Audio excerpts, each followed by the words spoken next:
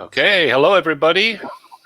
Welcome back to the Digital Marketing League and our next session for 1 p.m. We're going to wait 1 more minute for people to join and check it out. And then we have a great presentation from iProspect coming up. Hope everyone who had the earlier sessions, hope you all had a good lunch or breakfast or whatever. We had a discussion in the last session whether it's breakfast or lunchtime, which I found very interesting. We have great sessions to come this afternoon. Basically, now the session with Francesca and Karim from iProspect, who I'll introduce in a second. And then we have eHorses, which is a very interesting case study about how to become popular with horses all over the world. And then at 3 p.m. we have Trustpilot talking about their part. And then we move on for the whole afternoon, which we can talk about more in an hour. So the other thing before I get started with iProspect, please don't forget to post your questions into the chat. And at the very end of the presentation, you will have the chance to win some nice prizes. So please stay on. Those of you who have been in earlier sessions will know what's coming. Those who haven't, get surprised. So with that said, I'd like to welcome Francesca from iProspect, Senior SEO and Content Consultant, as well as Karim, same role, and happy to have both of you guys here. And when you start, unmute and share your screen, you can get started. Hi, everyone. It's good to be here, definitely, and we're excited for this. Yeah, I'll just try and share my screen. Hello, Marco. It's not letting me at the moment. Yeah, I'm having some trouble sharing my screen. Should I try to do it? No, I've got it now. All right. Technical difficulties. As always. Guys, technical difficulties are part of such an adventure. You shouldn't be worried. Exactly. All right, enjoy. Thank you so much. So guys, thank you so much for having us here today. Thank you so much for Textbrokers for inviting us as well. We're super excited to be here. And hopefully you'll come away from today a little bit wiser around local SEO and how you can really strike the balance between local requirements and global needs as well.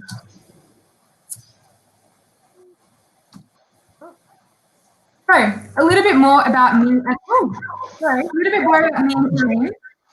So you'll notice that with this webinar, we're actually representing the Netherlands, but it's also painfully obvious that neither of us are actually from the Netherlands.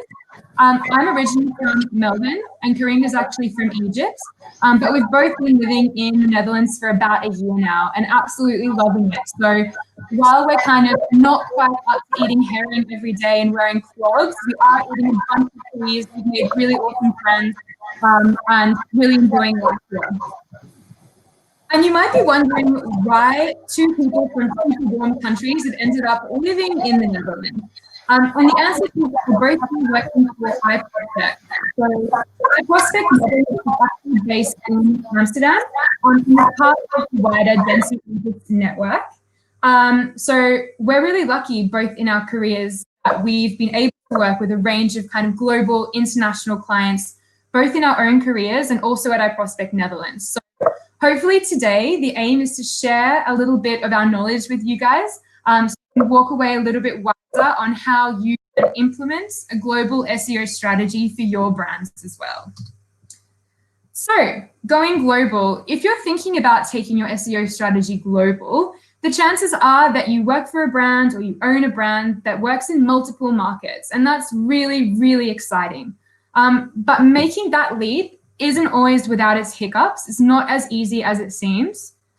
And the thing that we've found in our work, and this is kind of the main struggle that we've come across, is that brands really have a bit of a hard time balancing their global SEO strategy with that localization and finding that kind of sweet spot in the middle. So undoubtedly, there are so many advantages to taking your brand, your SEO program global. These are just a few of them. I'm sure there's many more that we haven't listed in there. One of the main benefits is that you have a global roadmap. So everyone's on the same page. You're all looking at the same KPIs.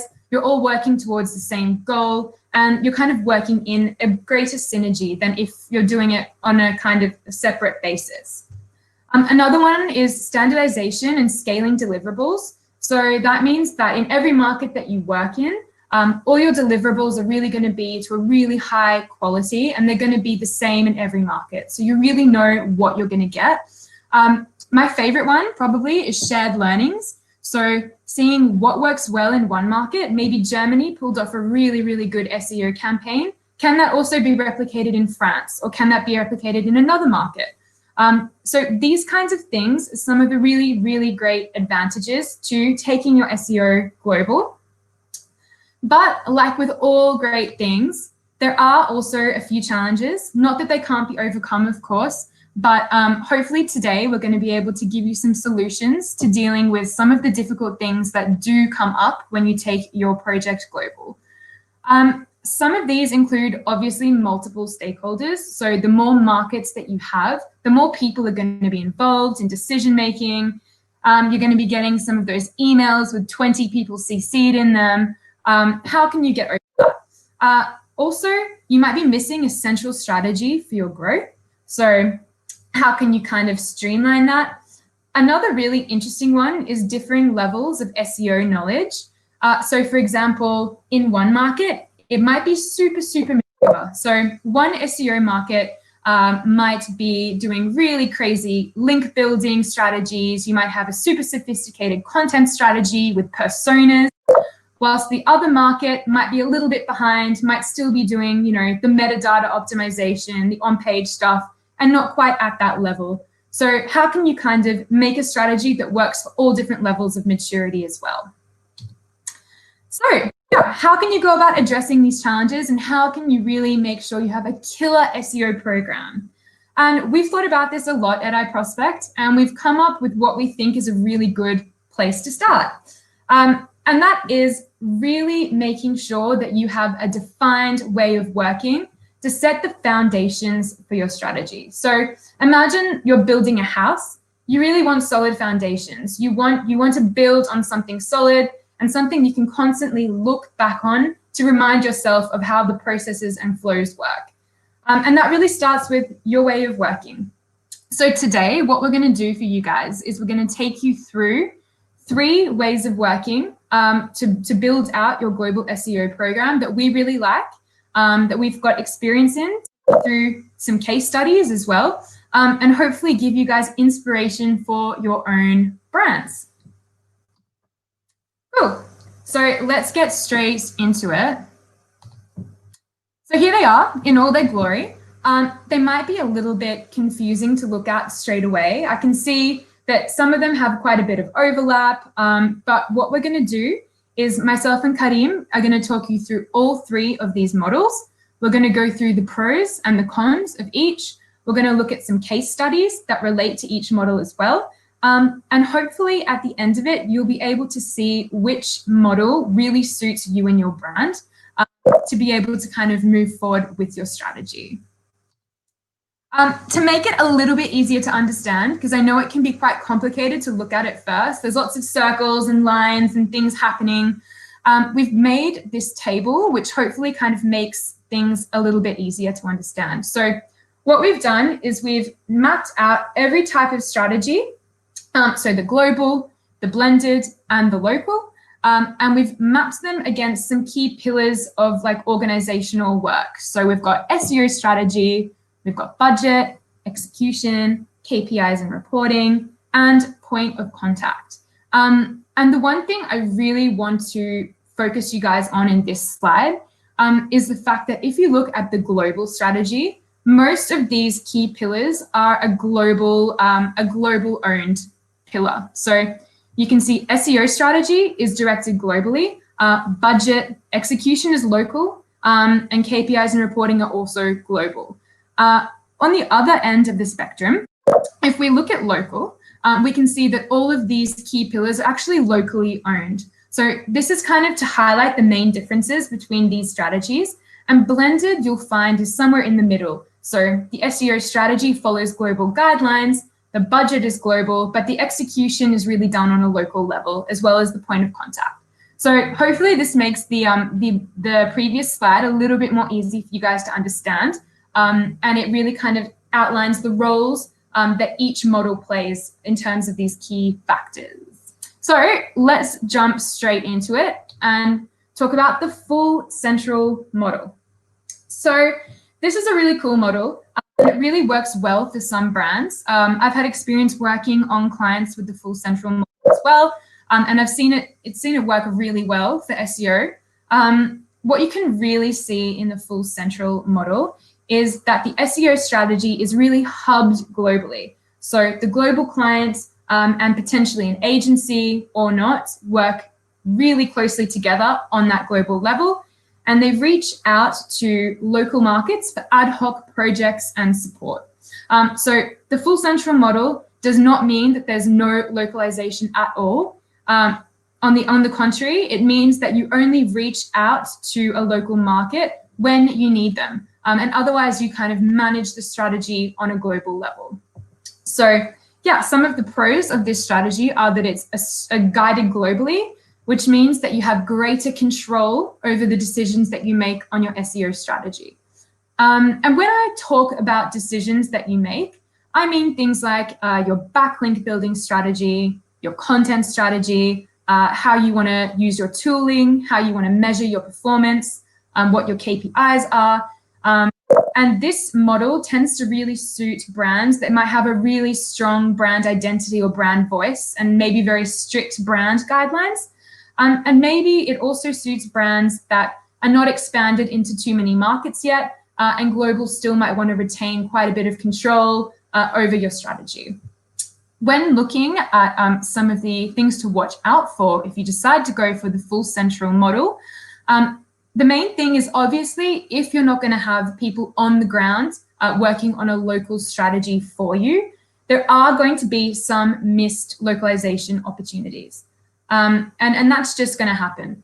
The second point is that you're going to have less global expertise with search engines. So an example of this is I worked in Asia for 2 years, and we wanted to do a link building campaign on Naver in Korea, and the Google Search Console of Naver is all in Korean. If you don't have anyone in your head office that can speak the local language, it makes it really hard to even set up an account to monitor your KPIs. You really need that kind of local level of knowledge to help you there. Finally, local laws and regulations. This really depends on your vertical. But for example, some verticals like tobacco or alcohol will have really, really strong and strict laws in local countries that you need to be really across, or like we've seen in the past, it could mean not great things for your brand. You don't want to go breaking laws. I guess that's rule number one.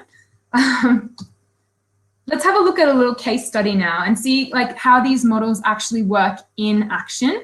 To explain the full central model to you guys a little bit more, we've chosen 2 case studies because every model has different ways that they can be worked out. There's no kind of rule book to following ticking exact boxes on how they work. The first case study we want to show you is for eDreams. So these guys are actually one of the biggest e-commerce companies in Europe. They're headquartered out of Barcelona, and they operate in 46 countries. So it's quite a big operation. And as you can imagine, with travel and so many countries, they're going to need quite a bit of localization. But they did use the central model, and it worked really, really well for them. So they had a large SEO budget, and that translated to a really large in-house SEO team. The really, really cool thing about eDreams is they were able to have someone in their SEO team that represented each market. So they had a Spanish speaker, they had an English speaker, a Russian speaker, a Chinese speaker. And what this did was that it really allowed them to drive their strategy, their localization from their global office. Now, I know that a lot of you probably, and a lot of brands actually, don't have the resource to have all of your markets represented globally, and that's okay too. And you know, things happen and that's okay, but the technical SEO heavy lifting, they also outsourced. So this is something that we see quite often. what we see usually in our work with global SEO clients is that the technical is held globally. The technical work is done globally, and usually the content is outsourced. So this is kind of opposite to what we normally see, which I think makes it a really cool case study. On the other hand, the other end of the spectrum, we have a sports and apparel client that we work with. And these guys have actually a really small centralized team with only 2 in-house global staff. So this means that a lot of the content localization, they're not actually able to do themselves. And instead, they actually do all the technical SEO work at a global level and outsource the generic translation where needed to local markets. So this is just a different way of doing it, depending on your budget, depending on your size, depending on your resources. And we wanted to kind of show you this to give a bit of an example of how it can be done. So I'm going to pass over to my colleague Karim, who's going to take you through the 2 other models and their case studies as well. Thank you, Francesca. Thank you, everyone, for being here today. So in keeping with the global frameworks, I'm going to continue with the second model that we have here today, which is the blended model. And as the name entails, it is a blend between the first and the third model, which I will show later on. However, I want you to imagine the spectrum of global frameworks in a 3 kind of part way, where the first model discussed, that was an end of the spectrum, and the last model to be discussed is the other end of the spectrum, and kind of the blended model is in the middle. So let's get down to it. Why is it called the blended model? Well, that's self-explanatory. However, if we want to explain the blended model to someone who is unaware of global SEO strategies, how would we do that? So it is important to understand that we have a number of factors with each model. So we have execution, we have strategy, we have budgets, we have KPIs. However, in order to make it simpler, let's just think about 2 of the main factors, which is strategy and execution. With the blended model, you are allowed to have a global strategy or a global guideline, yet with an efficient use of high level of localization. So what that means is that you would have a central hub, to say, coming from the strategy and the guidelines. However, the execution on your local markets are going to be entirely up to them. So why is that lucrative, and why do brands often opt to use this model? So let's look at some of the advantages. When you have a very strategic partner that is only focused on the guidelines or the strategy, etc., you allow more efficiency for the local markets to execute their work. It allows them more execution. It allows them to be at a higher level. Therefore, it's kind of like you're specializing, or you're splitting, and therefore becoming more efficient. Also, with that model in place, it allows for a lot of quality checks and quality assurances if needed from the global perspective. So there is that kind of leeway that can be monitored, and that we can look at the work and maybe give pointers, or actually say, oh, wow, this is really good. Another really good advantage is standardizing deliverables. Let's say you have a client that has 6 markets all over Europe, and those markets, from a technical perspective, were kind of built in the same way.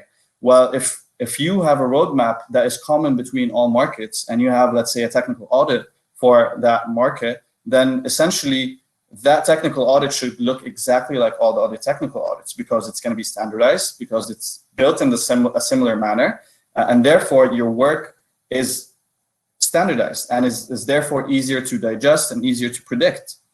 However, with every model, as Francesca mentioned, there are downfalls. So what are the things that you need to be able to look out for with this specific model? Well, it makes logical sense that with any kind of addition of people into the chain of command, there will be some, let's say, hesitations or some minor conflicts that may arise because of how the global entity is kind of separated from the local entity, where one is execution and one is strategy. So that is something that you should be looking out for if you're choosing to opt for that blended model. Another thing, which is kind of on the same point, is the less of an opportunity to have an actual relationship between the 2 entities, as most of the time they're not even in the same country. So these are some of the things that you should look out for when you're opting for this blended model. Another, and I would say this is one of the biggest disadvantages, is the way that the communication is taken from global to local, it's usually it looks like a brief or a project, or kind of like, this is what needs to be done. So this in itself is not a problem. However, it can be a problem if the local execution team feels like they can do more. So therefore, let's actually get into a case of the blended model and see how that works out in real life. So we've had a client who is in the paint and industrial coatings vertical, and they relied a lot on paid search. So they came to us and they were like, we want to see the opportunities in the organic world. We want to see if there are opportunities we can capitalize on. So we looked at that, and we looked at our models and understood the client, and we decided that it is going to be a blended model. And here's why. This client is a very big brand that has a lot of markets, 80 plus countries in the world, with tons and tons of languages. Their product is very local oriented. The language that is used to promote this kind of product is very different in each region. And therefore, they needed an autonomous model where they can have some kind of the overall global strategy and guidelines, yet give the freedom of execution to local markets in order to gain the most they can in that specific market. And this is what happened with this specific client, where we actually rolled out 2 tier 1 markets with that kind of model, and then kept going from there. If you can go to the next one, Francesca, please. This is just a short summary of some of the processes that may happen within a blended model. So this, for example, let's say that the local client has a request that they would like to send to global. So in that case, local would send the request, global would look at that request, either approve it, disapprove it, and then get back to the local client. It is that simple. It may look like a longer route of communication. However, it is simpler. If we go to the next process, or the next slide, Francesca, please, you can see that this is kind of the same thing when you're looking for a deliverable or you're asking for a deliverable. The global SEO agency will most of the time put a roadmap or put expected deliverables with set dates. And then the local SEO agency would do that. And then there would be kind of like quality assurance, kind of like, hey, this is what we did. Okay, maybe you should have done it with this way, this better, or we can give them templates. We can actually host training sessions in order to get the quality of level up to standard. And this is how the process would work from a blended model perspective. If you can go to the last model, and this, as I said, and I mentioned earlier before, is on the extreme end of the spectrum, which is the local model.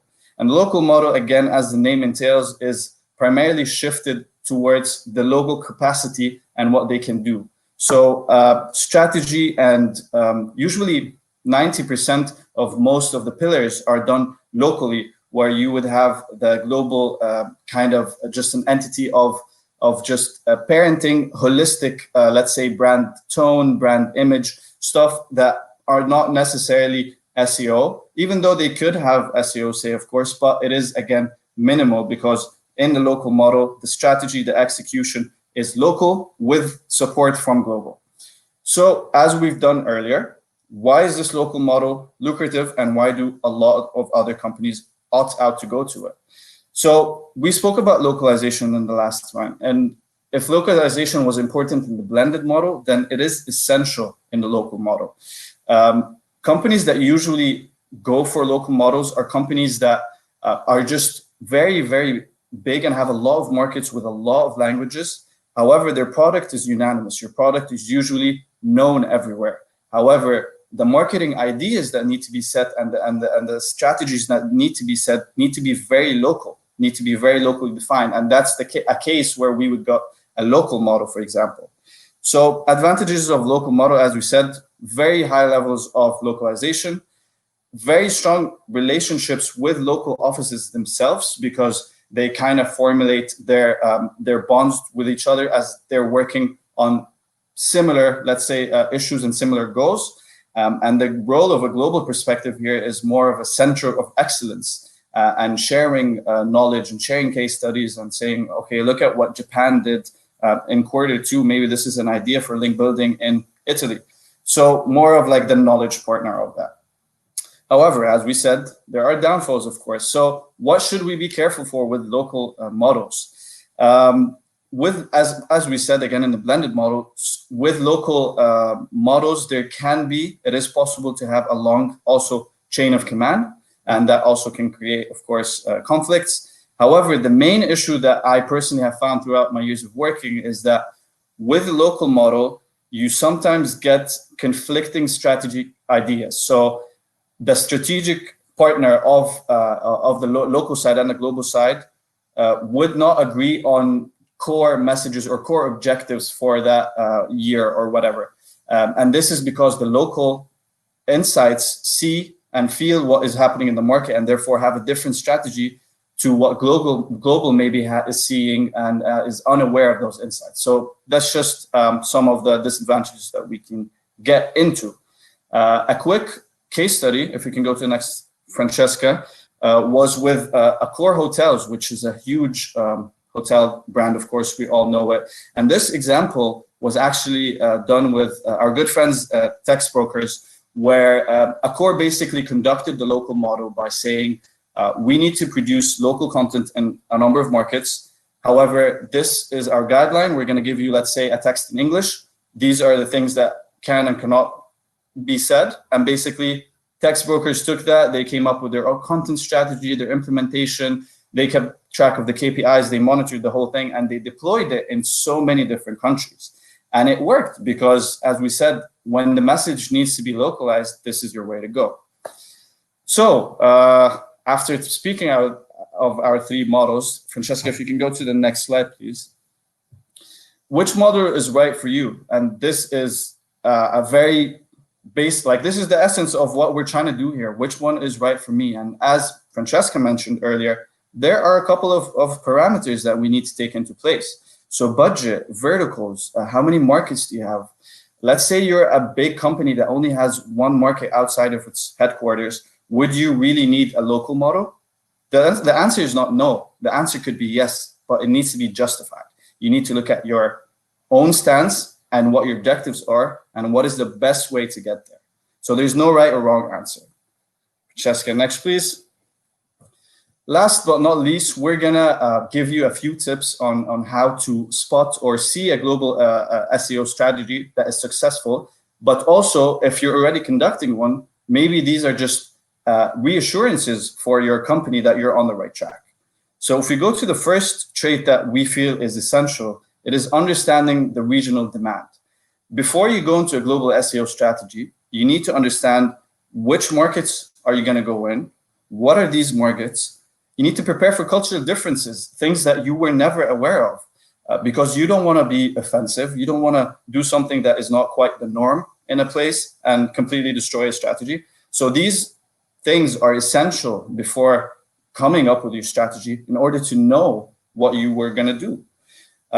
If you can go to the next slide, and it's about localization. And I think this is the most word I've said so far in this presentation, but localization is essential. If you're going to localize in a specific country, who's going to do that for you? Who's going to understand the trends in that local market? Who is going to understand not just the language, maybe the slang? Maybe you need the slang to get to your specific target market. Local references, these things are not going to come from someone who is not in that country or not in that market. And therefore, it is essential for global SEO strategy. Last but not least is synergy. And synergy is thrown a lot within the SEO discipline, and I would say digital marketing disciplines generally. However, we mean it here in its most holistic form. Synergy between, let's say, your mobile strategy and your desktop strategy. Let's say you have a country where not a lot of people are using desktops. Are they aligned? Are they synergized together? Is there a keyword in mobile that costs you a lot but gives you the same results, let's say, in desktop? These kind of things. Are you fostering relationships between local and global markets? Are you giving the time for a face-to-face meeting? These things have value, and these things are what push collaborations to become successful, and therefore should not be underestimated and should be essential to everyone's global SEO strategy. And yeah, I think that's it. Thank you. Thank you very much, Francesca and Karim. I think with the face-to-face meetings and strategies, we should all hope that we can travel again soon. Yep. Because that is probably a key prerequisite for it. Definitely, yeah. Yeah, for sure. Okay, But if not, online is always good. Francesca, can you disable screen share? Because otherwise I can't share my screen. Thank you. So a few questions came in.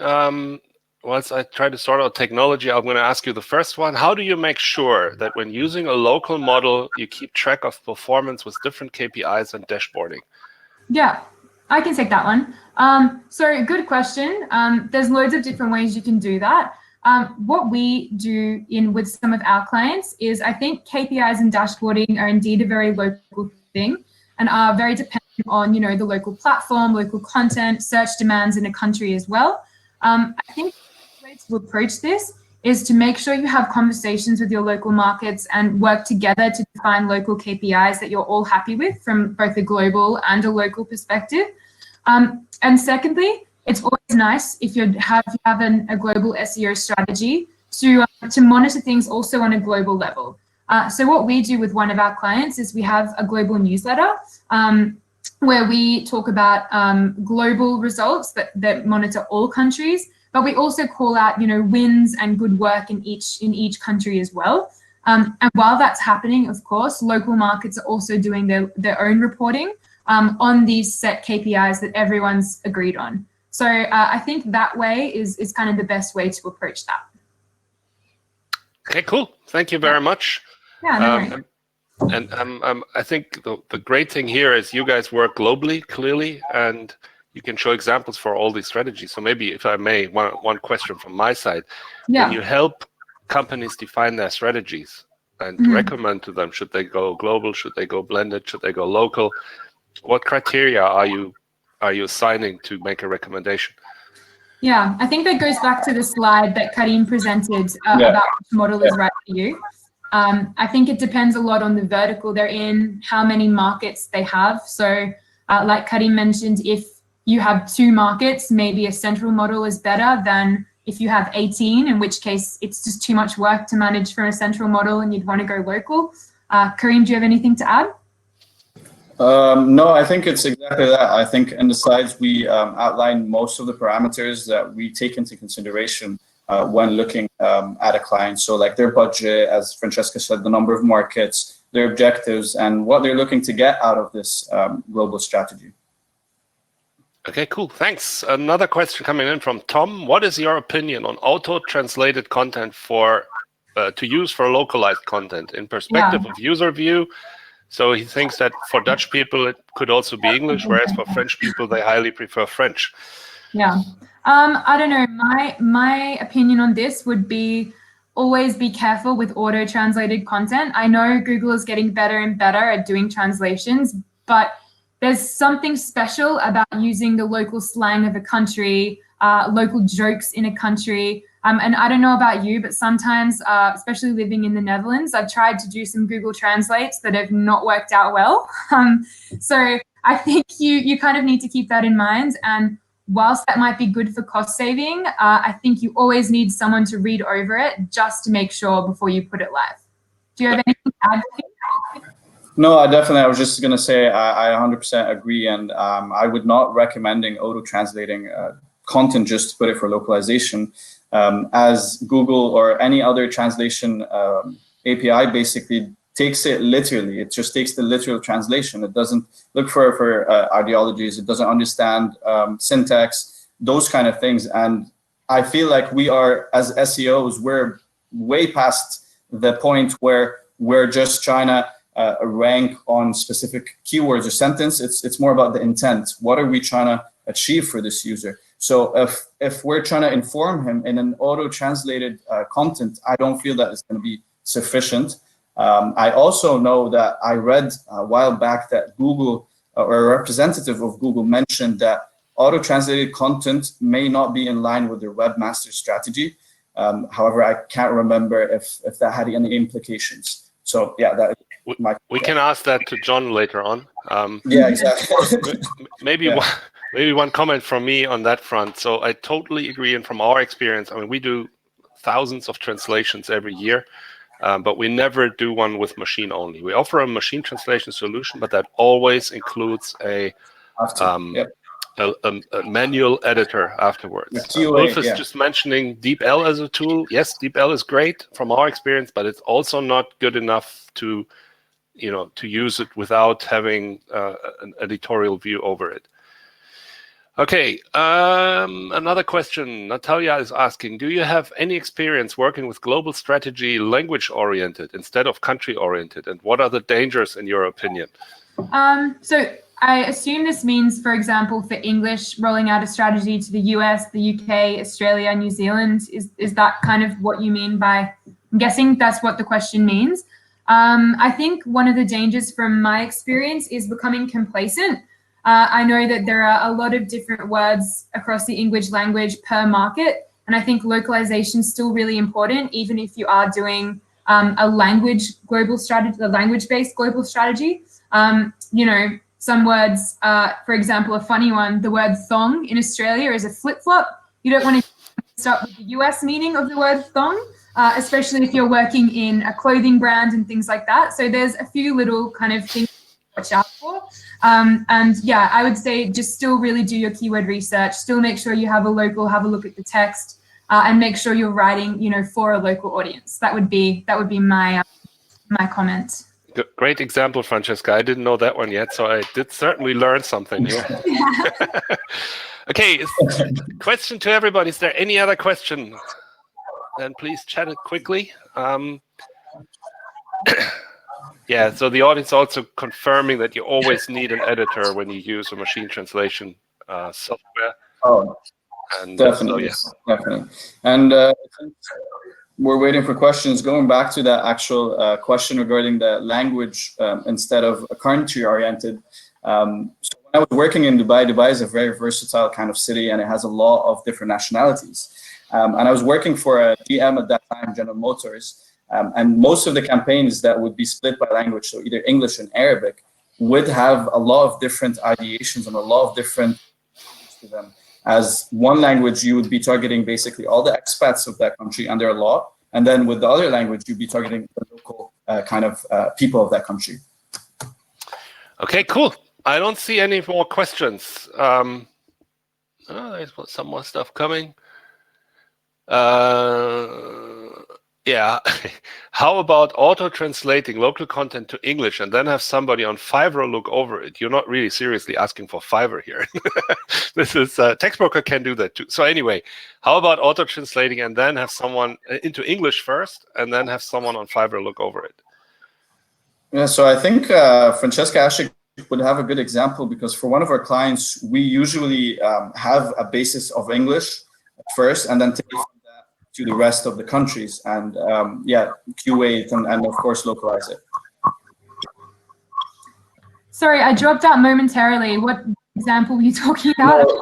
No, the question was asking about translating the local content to English first and then having someone to look over that and use that as a basis. Yeah, I think usually when you're working across languages and cultures, English, whether we like it or not, tends to be the local language, like the global language that binds countries, and like the business language as well. So when you translate things to English firstly, it means that everyone in the business can understand the content. So you might be having a meeting with a French speaker, a German speaker, and an Arabic speaker, and it means that all stakeholders can understand, which is really important. And secondly, I think whether you're working with translators as well, no matter where they're from, it's just the easier kind of thing to do rather than going direct. But I can see that there's also opportunities with going direct from one language to another, English as well. I think it really depends on the stakeholders involved. Another thing is, in my experience with some clients, if you're working across multiple markets and you are interested in, scaling your work, and using work markets, translating to English first means that you can share content with your German brand, your French brand, your Arabic brand, and it means that all different markets can benefit from content that's already written than having to go and write a whole article again themselves. So you can create what we do with one client, is we have a content hub or a vault with really cool content that performs well across all different markets. And we select that based on GA stats and also backlinks. And every market can log on and check out the cool articles in there that do well in other markets. They're all in English. So anyone, no matter where they are, can go on, check it out, and then refine it for their local language. So if you're looking at scaling and sharing knowledge across markets, that's also a plus in using English as well. Okay, cool. That's maybe one best practice that we see from some clients. We sometimes get one briefing in English, a content briefing, and the request to write that same briefing in 9 or 10 different languages, which is also a very efficient way for the SEO team to brief content in. And obviously, it's on us then to organize writers in each of those languages. And as Francesca said, English is going to be the language. So if you want to save time, as she said, and just make everyone understand what you're trying to do, it's English you go for. Yeah, totally. Okay, cool. Thank you very much to both of you. And we're going to come to the part for our viewers. Those of you who are attending the first Digital Marketing League event, here are some prizes you can win if you participate in the vote that we will open in a second. So the first prize is a €100 Amazon voucher plus some content consulting from Textbroker and a €150 voucher to use our services. For those, you get pretty cool content. Second prize, €50 Amazon plus another 150 for Textbroker, and the third prize, €150 Textbroker voucher. In order to win one of those prizes, please pick your mobiles and go to this QR code or to that link below, that Slido link, and you will see the first question, which is, did the presentation deliver valuable information? And I give you a few seconds to answer that question now.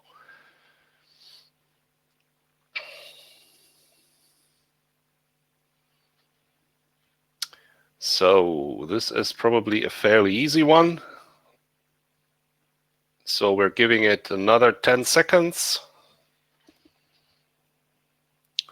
5, 4, 3, 2, 1, and we're switching to the next question, and that is, what was your main takeaway? I think that's the most valuable feedback for us as well as for Karim and Francesca, for what people learned in your presentation, what we can do even better next time. So please take some time to answer that question as well. And I'll give you a little more time because this is a free-form answer. I think everyone learned how to say a new Australian word. Yeah. So Francesca, how long are you in Europe meanwhile? You probably said it at the beginning. Yeah, I've been here for just under a year now, but I actually lived here for 2 years when I was 21 already. And then kind of went away, went to Asia for a few years, went back to Australia, and now I'm back. So a bit like a boomerang. A global citizen, that's cool. Yeah. Okay, keep answering, please. Question number 2, as many of you as possible. That helps us get even better next time. So we'll leave it another 10 seconds. 5, 4, 3, 2, 1. And the last thing you please need to do is enter your email address, because that and only that will put you in the pot for drawing the prize. Those of you that enter their email addresses more than once in different sessions will get more than one chance to win the prize. So I'll leave that a few seconds as well.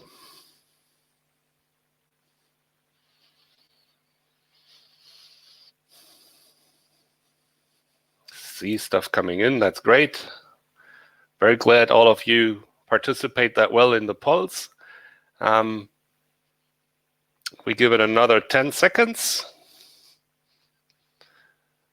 So that's 5, 4, 3, 2, 1. Thank you very much. Now we will continue in exactly 16 minutes with a very interesting presentation about the niche of horses and how people or how a company like eHorses can internationally scale and make a successful SEO program for horses. I think that's going to be interesting. None of you should miss that. So what you have to do, we will end this webinar now, and then please refresh your site and go to the 2 p.m. event. And I hope to see you all again there. Thank you very much. And thanks again, Francesca and Karim. Thank you, guys. Thank you for having us. Bye-bye. Bye. Bye.